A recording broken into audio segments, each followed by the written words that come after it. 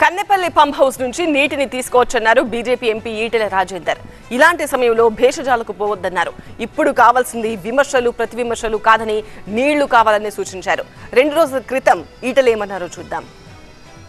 Kannepalli pump హౌస్లు పనిచేస్తూ ఉంటాయి కాబట్టి తక్షణమే లిఫ్ట్ చేసి కొంత నీళ్లు పంపు చేస్తే హైదరాబాద్కి అక్కడికి వచ్చే ఆస్కారం ఉంటుంది.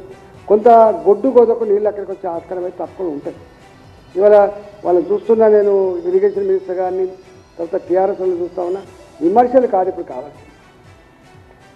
కాళేశ్వరం ప్రాజెక్టు కుంగిపోయిన మాట వాస్తవం, ఆ డ్యాములో ఆ బ్యారాజ్లో నీళ్లు ఆగని మాట వాస్తవం.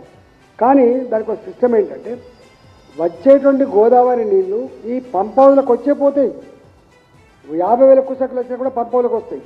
అక్కడ దాని పంపింగ్ కెపాసిటీ ఇప్పుడు ఇన్స్టాలేషన్ ప్రకారంగా 2 TMs లేదు కాబట్టి 2 TMs అంటే 25,000 క్యూసెక్ నీళ్ళు వస్తే ఆ 2 పంప్ హౌస్లు పనిచేస్తాయి. కాబట్టి ఎందుకు ఆ పంపులు ఆపరేట్ చేసి నీళ్ళు ఇచ్చుకోవచ్చు కదా.